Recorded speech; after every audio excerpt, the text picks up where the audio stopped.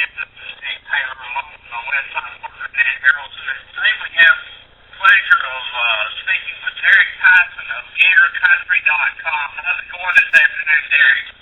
I'm doing great, Nick. Thanks for having me. I appreciate it. Hey, I appreciate you coming on. Well, hopefully the weather down there is better. It's been a fair way. I guess, obviously there's a lot going on with Florida football.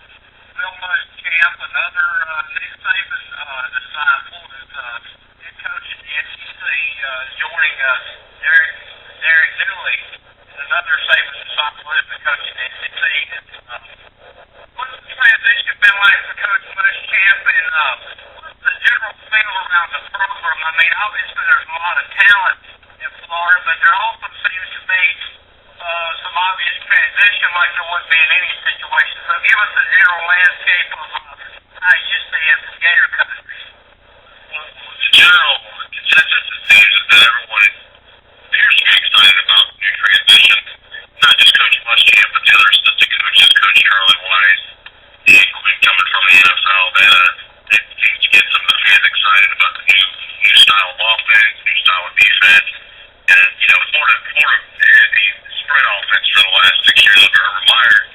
That was great while it lasted, but in the last couple of years, you could really tell, teams like Alabama were really pushing Florida around the line of scrimmage. And so I think that the athletic director, Jeremy Foley, really made an attempt to rectify that by hiring a guy that's a defensive coordinator, but has also been in the NFL and Will Muschamp. And so the changes are being made, and this year could be a transition year where they don't do as well. But in the future, I really feel there's some pretty big dividends for the Florida program. Yeah, speak about that. I think it's a true testament of how the Florida football program has been ran since the Steve Spurrier days. It's almost like it's a domino effect in a good way. You keep everything rolling in a good way. You go from Spurrier. You had the couple years under Ron Zook, but he did keep it in pretty good shape recruiting-wise. And then you bring in the Urban Meyer / Tim Tebow to bring in 2 national championships. And it seems like you just got the hot coach in Will Muschamp. Talk about that, because you have programs like in Alabama and Auburn that goes through losing seasons. This is a Florida football program that probably, if I'm not mistaken, has not had a losing season since 1979. Yeah, it's been a long time. I know I was born in 1980, so before I was born. But Jeremy Foley has done a tremendous job at Florida as the athletic director. Whether it doesn't matter what sport it is, he wants to win, and he's made that very clear to the coaches that he brings in that you must win to be here. Ron Zook never had a losing season.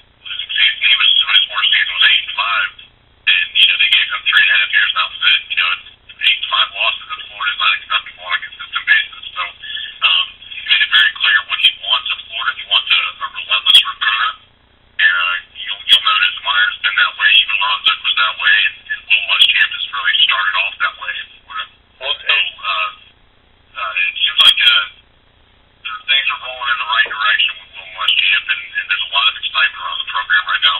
Well, you guys are playing the 3 Alabama State schools in Alabama, Auburn, and UAB. UAB actually is playing at Florida second week of the year, but that is actually their first football game due to being off in the first season.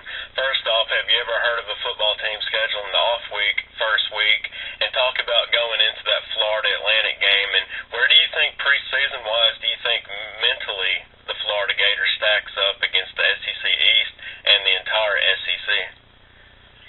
Well, I've never heard of the off week, the first game of the year. I've heard it's the last game of the year, but most of them are mid-season, so that is a little interesting. As far as the SEC East is concerned, I think it's wide open right now. I know that odds-on favorites seem to be South Carolina right now, but with Stephen Garcia and his issues, to say the least, they're not. It's not like they're a sure thing to be the SEC East championship. And then Georgia, they returned Aaron Murray. He's been a solid quarterback, and he's only going to improve with experience. So I think the SEC East right now is wide open. It's anybody's to take. Florida definitely has the talent to win the East, but it's all about how the quarterback's going to do. John Brantley struggled last year, and it remains to be seen how he's going to develop under Charlie Wise. Brantley didn't have the greatest spring game, but it's a vanilla offense in the spring game, so it's really hard to get a good picture of what he's going to be like next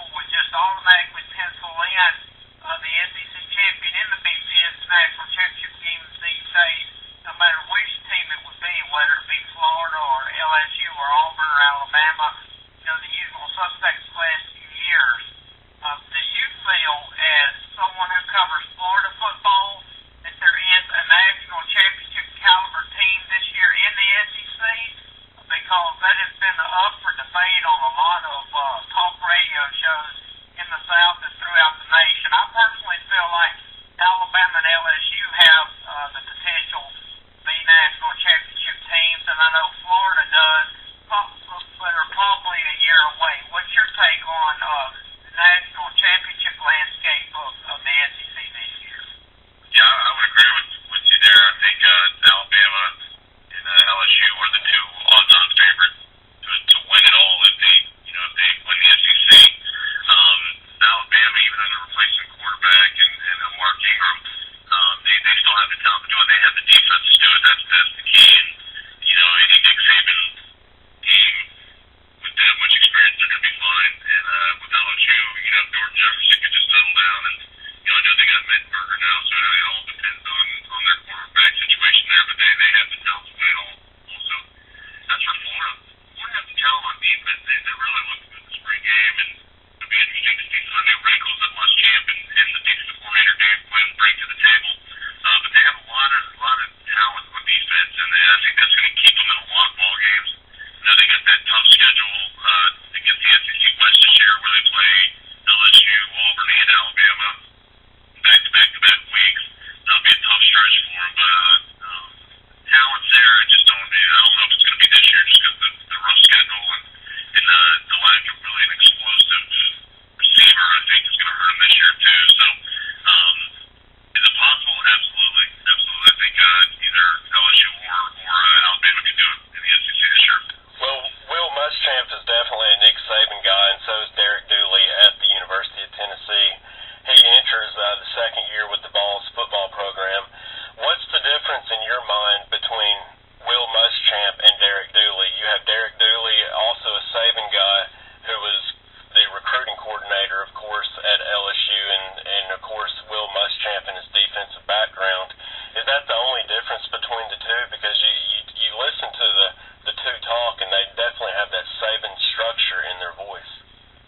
Oh, they definitely do, and it's funny watching them how they coach on the sidelines. They're both fiery guys that wear their emotions on their sleeves, and you can just tell how intense they both are. And obviously they're both great recruiters.